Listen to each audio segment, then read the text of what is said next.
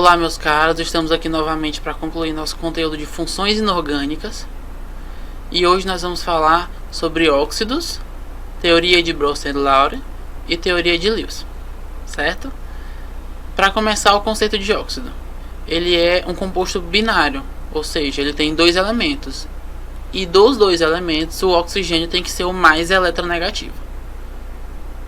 Com esse conceito em mente, nós podemos perceber que o flúor ligado ao oxigênio não vai ser um óxido.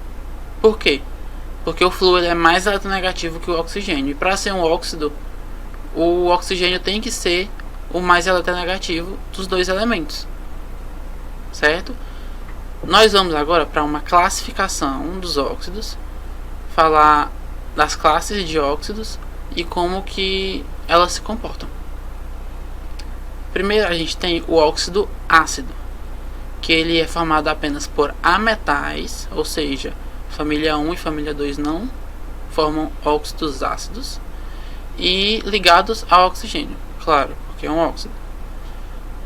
A gente tem que quando o óxido ácido se junta com água, vai gerar um ácido, e quando ele se junta com base, ele vai gerar um sal e água.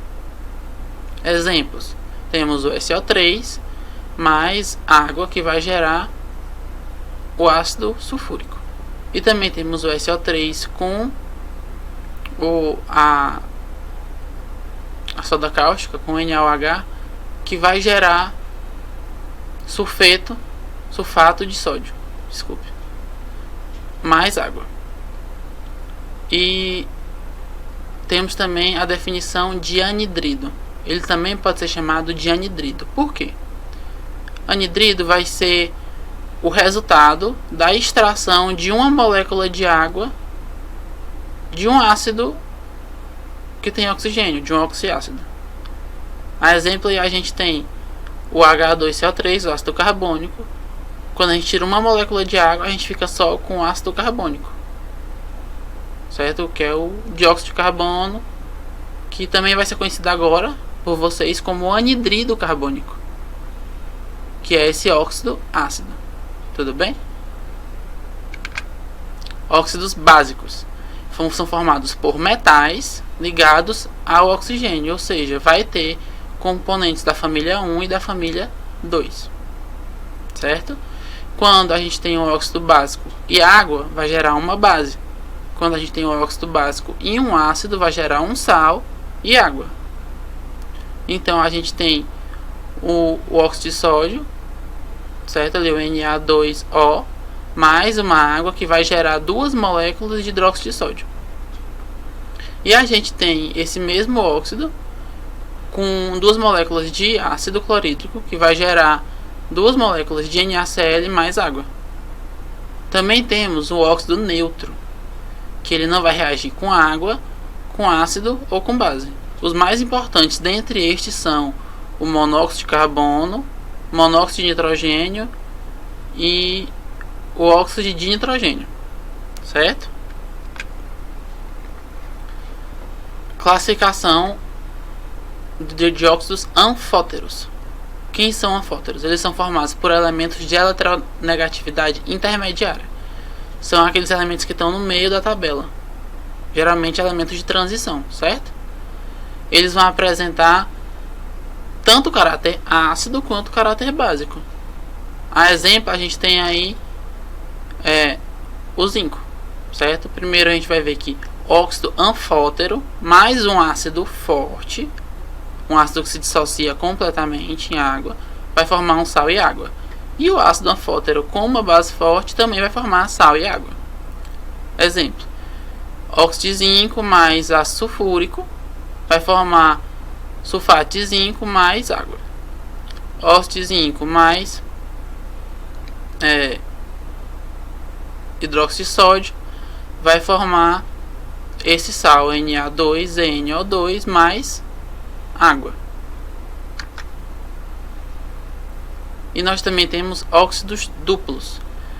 Os óxidos duplos, eles são originados por metais que têm NOx diferente, como o ferro, por exemplo. Aquela mesma historinha, bem semelhante ao que a gente falou das bases, que tinha a nomenclatura da base de acordo com o NOx. Quando tinha mais de um NOx, quando o NOx era variável, tinha que ter uma nomenclatura diferente. Vocês lembram?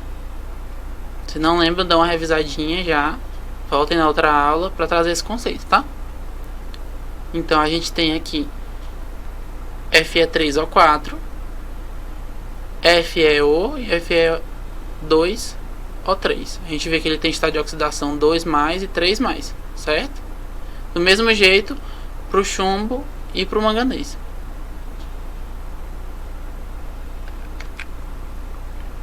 A gente também tem o peróxido. Os peróxidos são cátions formados por metais alcalinos terrosos e hidrogênios, certo? Esses são os cátions que vão se juntar com o oxigênio para a formação de peróxido. O oxigênio, no caso dos peróxidos, vai ter NOx -1. Então, sempre que você for observar os óxidos que ele tiver o oxigênio tiver NOx -1, ele já pode ser classificado como um peróxido.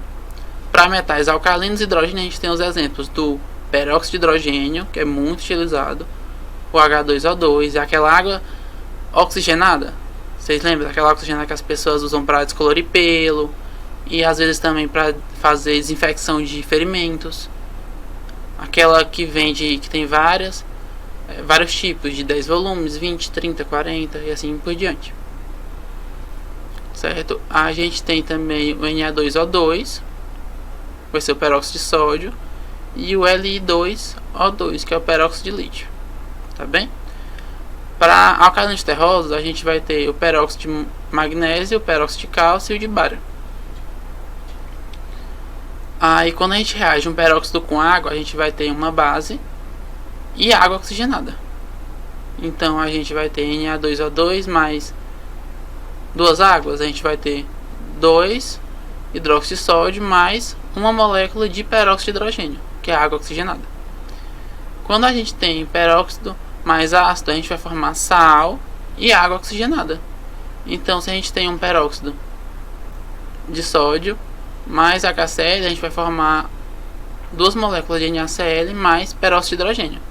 Você vai observar que ele com água vai formar, como foi dito, a base mais água oxigenada, e com o ácido ele vai formar um sal e água. Por quê que ele vai formar um sal e água? Porque ele tem na sua composição um metal alcalino ou alcalino terroso. E a tendência de metais alcalinos que reagem com ácido sempre vai ser formar um sal. O superóxido também é formado por metais alcalinos e alcalinos terrosos. Qual é a diferença? Que o NOx do oxigênio nesses casos é 1/2, menos 1/2. Então a gente vai ter o CSO2, o RbO2, o KO2 e o NaO2, que eles vão ser preparados quando a gente reage o oxigênio diretamente com o metal, certo? Agora nós vamos para a nomenclatura. Quando o elemento está ligado ao oxigênio por um metal, quando ele for um metal, a gente vai colocar óxido de e o nome daquele metal. K2O, óxido de potássio. MgO, óxido de magnésio. Fe2O3, óxido de ferro 3 ou óxido férrico. Como eu falei, lembrem lá daquela partezinha que a gente fez na base, é da mesma forma, é a mesma regrinha, tá? FeO, óxido de ferro 2 ou óxido ferroso. Quando o elemento está ligado a um ametal, aí a gente já tem uma complicaçãozinha maior. Vai ser um pouco mais detalhada a nomenclatura, tá bem? Observe que a gente vai ter que colocar mono, di e tri, de acordo com a quantidade de oxigênio. Aí óxido, di, mais mono, di, tri, tetra, penta, assim sucessivamente. E o nome do elemento, de acordo com quantos átomos daquele elemento que tem.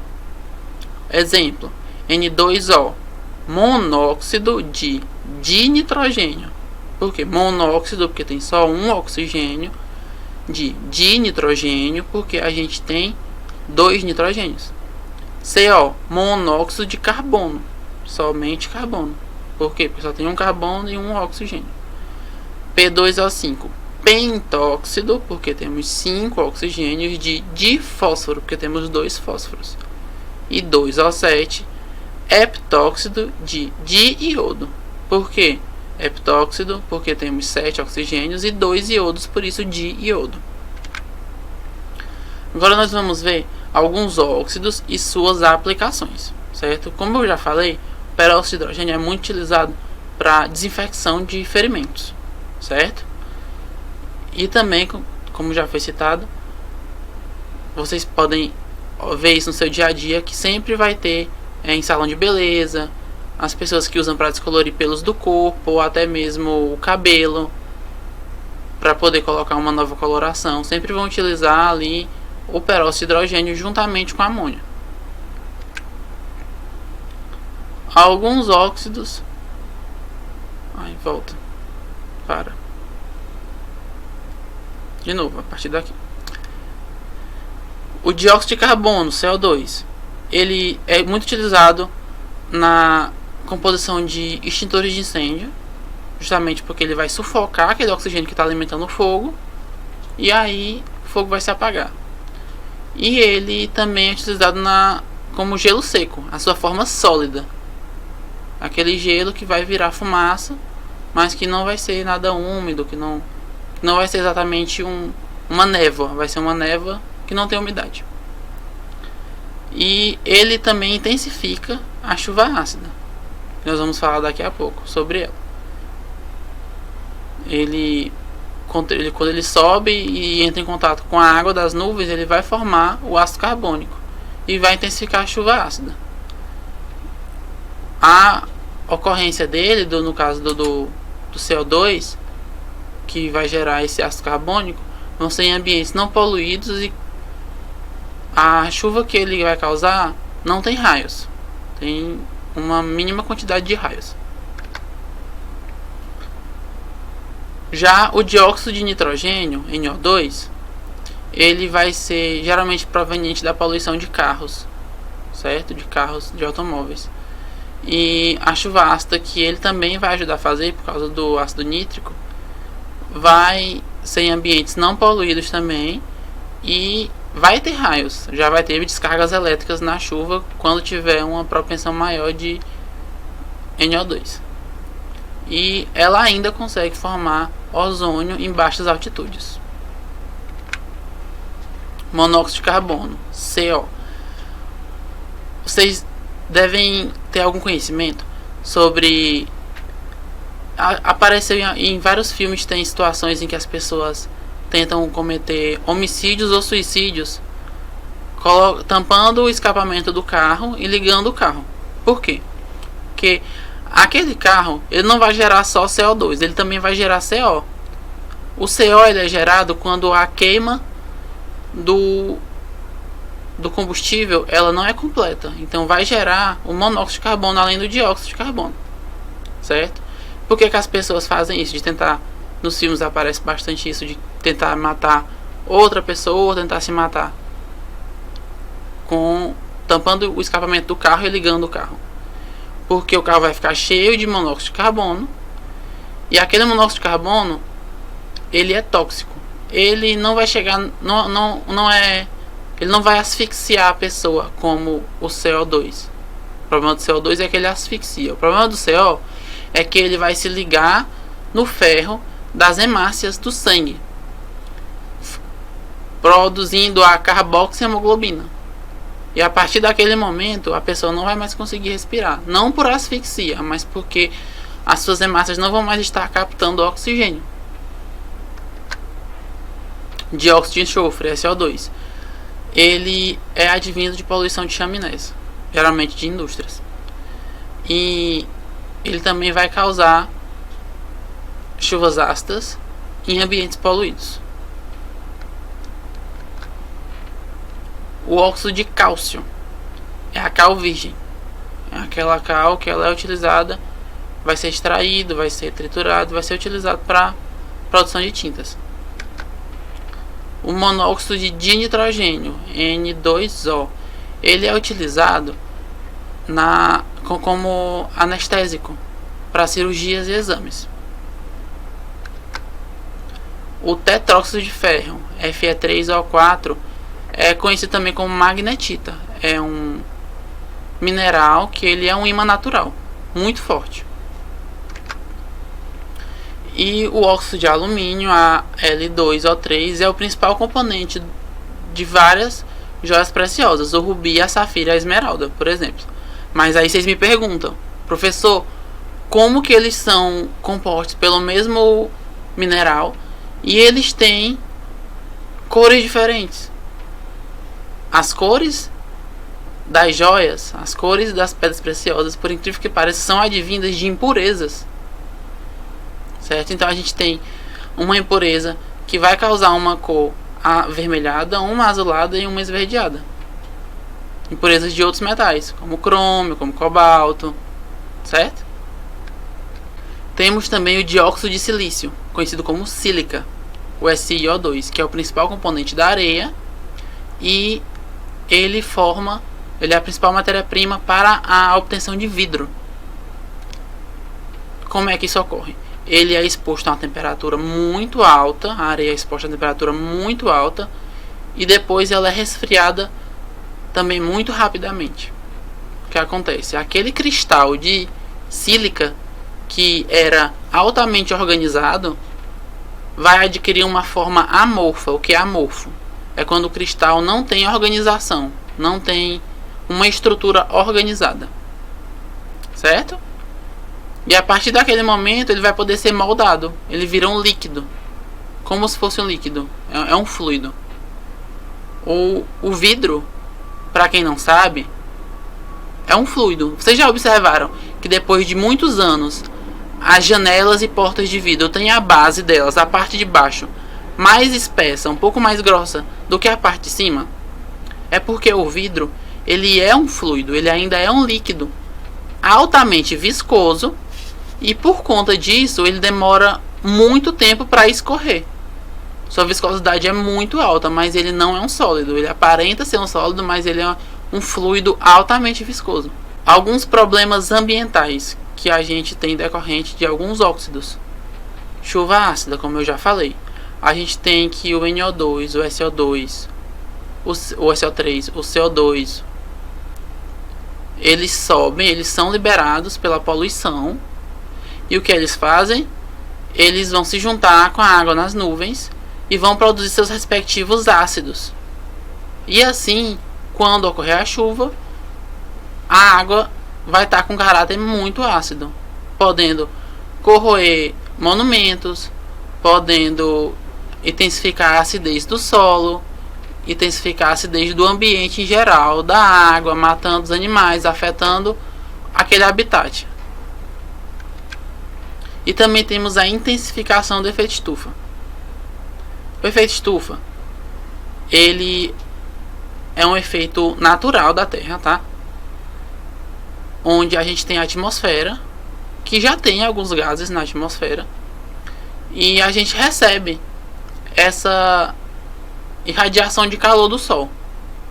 E no final do dia, a irradiação ela vai sendo desfeita. O Sol, como ele não está mais atingindo aquela parte, aquele lado da Terra, aquele lado ali ele vai perdendo aquele calor. O efeito estufa, ele ajuda a regular o calor na Terra, regular a temperatura da Terra, porque ele vai prender na sua atmosfera uma parte daquele calor, ele vai reter um pouco daquele calor e vai refletir ele de volta para a Terra. Dessa forma a gente consegue viver, porque se não tivesse efeito estufa, a Terra ia ficar absurdamente fria e sem condições de vida. Mas o que acontece? Quando ele é intensificado, a gente vai ter um aumento muito grande da temperatura média do planeta. E por conta disso, a gente vai sofrer bastante com vários problemas.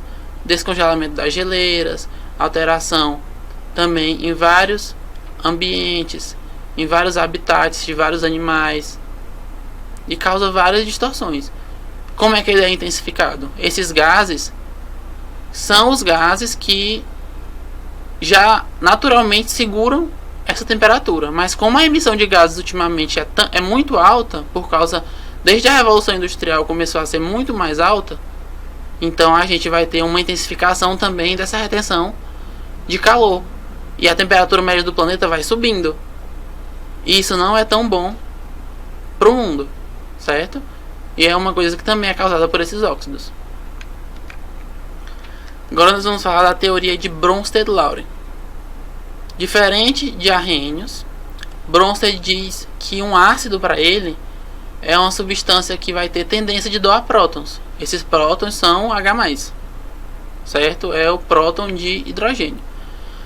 Já a base é a espécie química que vai ter a tendência de receber esse próton. Enquanto um doa, o outro recebe, certo? Aí quando a gente tem um ácido que vai ser colocado, por exemplo, com água, ela reage com a água, ela vai gerar um próton e aquela outra parte da molécula que estava junto com aquele H, aquele H+. Aquela parte da molécula que sobra é chamada de base conjugada. Por que base conjugada? Porque como ela vai estar carregada negativamente a partir de agora, ela tem uma tendência de receber um próton. Então, como ela tem tendência de receber o próton, ela vai ser uma base, só que uma base conjugada de um ácido.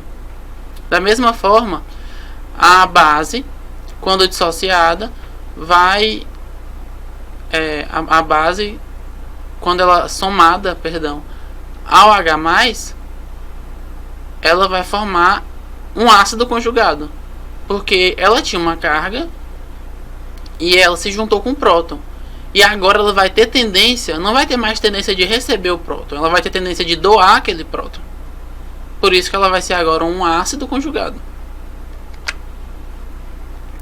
Assim, a gente tem a formação de pares. Ácido mais base vai formar um ácido conjugado mais uma base conjugada. É assim que rege a reação, tá?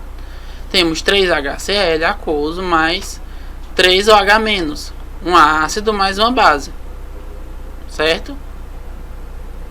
Aquele ácido e aquela base vão formar um ácido conjugado, que é o 3H2O, mais uma base conjugada, que é o 3Cl-. O H2O vai ter nessa reação, nesse meio, a tendência de receber, de doar o próton, e o Cl- vai ter a tendência de receber, porque ele está carregado negativamente, então ele tem uma força maior e uma necessidade maior de estabilização com aquele próton, certo? Essa é a teoria de Bronsted-Lowry. A limitação dela é que a gente só consegue definir um ácido e uma base com ela se a gente tiver esse conceito de próton. Em um momento que não tem uma doação de próton, uma recepção de próton, a gente não consegue. E aí é onde entra Lewis e vai nos dar um novo modelo para completar os outros dois. O ácido de Lewis vai ser uma espécie que pode receber um par de elétrons. Ele recebe um par de elétrons. Ele não recebe próton nem doa próton. Ele vai receber um par de elétrons. E a base, ela doa um par de elétrons. Como aí embaixo a gente pode ver que o ácido recebe o par de elétrons da base e forma um produto. Isso acontece porque tem um orbital vazio nesse ácido e tem um orbital ocupado na base. E esses orbitais juntos vão formar uma ligação nova. O exemplo que a gente traz é o da água, que a gente tem o OH-, que tem esse orbital preenchido, e o H+, que vai ter esse orbital vazio, porque ele é só um próton, certo? Ele é só um átomo que tem apenas o núcleo, porque o seu único hidrogênio, seu único elétron não está mais orbitando o seu núcleo, então agora ele tem só o núcleo, que é um próton. Aí o que acontece? Essa hidroxila, ela vai doar esse par de elétrons. Eles vão formar uma ligação, formando a água. Temos outros exemplos aí. Temos uma que é o átomo de flúor, o íon fluoreto, e temos o ácido, que é o BF3. E aí a gente vê que esse ácido ele tem a tendência de receber um par de elétrons, assim como essa base tem a tendência de doar. E aí a gente vai ter a formação do BF4. Da mesma forma, a gente tem amônia formando o íon amônio. A gente tem um H+, que tem a tendência de receber esse próton e esse par de elétrons, e esse par de elétrons vai atacar esse H+, formando o NH4+. Agora que nós concluímos as teorias ácido-base, concluímos as definições de funções inorgânicas, nós vamos fazer mais duas questões sobre o assunto para a gente poder encerrar o nosso bloco de funções inorgânicas. Fazendo uma revisão, a gente tem que Arrhenius vai determinar ácido e base como sendo aqueles em que em solução aquosa vão liberar ou um H+, no caso do ácido, ou um OH- no caso da base.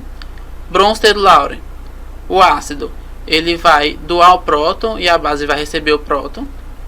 Em Lewis, o ácido recebe o par de elétrons e a base doa o par de elétrons, certo?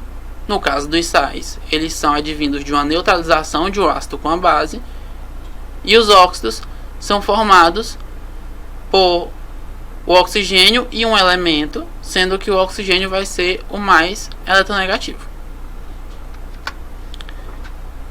Exercícios. O Enem de 2014. Grande quantidade dos maus odores do nosso dia a dia está relacionada a compostos alcalinos. Assim, em vários desses casos, pode-se utilizar o vinagre, que contém entre 3,5% e 5% de ácido acético, para diminuir ou eliminar o mau cheiro. Por exemplo, lavar as mãos com vinagre e depois enxaguá-las com água elimina o odor do peixe, já que a molécula de piridina C5H5N é uma das substâncias responsáveis pelo odor característico de peixe podre. Certo? Agora vamos ver as alternativas. A eficiência do uso do vinagre, nesse caso, se explica pela... Vamos analisar cada alternativa isoladamente. Sobreposição do odor propiciada pelo cheiro característico do vinagre. Ou seja, ele está querendo dizer que o cheiro do vinagre vai ser mais forte que o cheiro do peixe podre. Ou seja, o cheiro do ácido acético, que é o componente do vinagre, vai ser mais forte do que o cheiro da piridina. Isso não é um fato. Um cheiro não vai neutralizar o outro dessa forma, certo? O odor não vai ser sobreposto. Se ele não tiver uma neutralização de alguma outra forma, no caso o ácido base, porque é um ácido e uma base, a gente ia ter os dois odores ao mesmo tempo e não uma sobreposição de odor. Solubilidade da piridina de caráter ácido na solução ácida empregada. A piridina, ela não é um ácido, ela é uma base de Lewis. Eu vou já mostrar isso para vocês. Observamos que a piridina ela tem dois elétrons que estão sendo propício a uma doação. Ou seja, qual é o conceito da base de Lewis? A base de Lewis é aquela substância que tem tendência a doar um par de elétrons. Então a piridina, por ter esses dois elétrons no seu átomo de nitrogênio, é uma base de Lewis. Letra C. Inibição da proliferação de bactérias presentes devido à ação do ácido acético. O ácido acético do vinagre, ele é muito fraquinho. Ele é um ácido fraco, certo? E ele ainda está diluído. Ele não tem potencial para matar bactérias. A degradação enzimática da molécula de piridina, acelerada pela presença do ácido acético. Não, a piridina ela não é uma proteína, ela não é uma enzima. A degradação enzimática da molécula de piridina, acelerada pela presença de ácido acético. Não. O ácido ele tem característica de desnaturar a proteína. Então, se tiver que ter alguma degradação por enzima, que é uma proteína, não seria na presença de um ácido, certo? Por fim, a gente tem que a reação de neutralização, na letra E, reação de neutralização entre o ácido acético e a piridina, que resulta em compostos sem mau odor. É a opção correta, porque a gente tem um ácido fraco e tem uma base de Lewis. Aquela base de Lewis, ela vai atacar o próton, que vai ter tendência a receber ácida do ácido vai ser aquele hidrogênio mais ionizável que está ali perto do oxigênio, certo? E ele vai atacar, vai abstrair aquele hidrogênio, formando esse composto carregado positivamente, e um outro, que é o acetato, e um acetato carregado negativamente. E os dois não têm esse mau cheiro. Por isso que a gente consegue eliminar o mau cheiro do peixe com vinagre ou com limão. Portanto, a resposta correta é a letra E. Por fim, a gente vai ver uma questão da ENEM 2017 na segunda aplicação. Muitas indústrias e fábricas lançam para o ar, através de suas chaminés, poluentes prejudiciais às plantas e aos animais. Um desses poluentes reage em contato com o gás oxigênio e água da atmosfera, conforme as equações químicas. A gente tem a liberação de SO2, com oxigênio fazendo SO3, que junto com a água das nuvens vai fazer SO4, lá na atmosfera. H2SO4 vai formar um ácido sulfúrico através do dióxido de enxofre. De acordo com as equações, a alteração ambiental decorrente da presença desses poluentes intensifica o OA.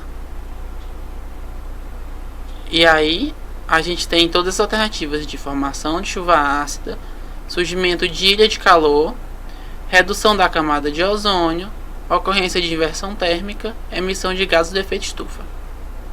Como a gente viu anteriormente, já quase no finalzinho da nossa aula, essa formação de ácido sulfúrico nas nuvens vai intensificar a formação da chuva ácida. Então essa é bem prática, certo? Espero que a aula tenha sido boa e que vocês tenham gostado. Logo voltaremos com mais blocos de conteúdo. Agradeço e até a próxima.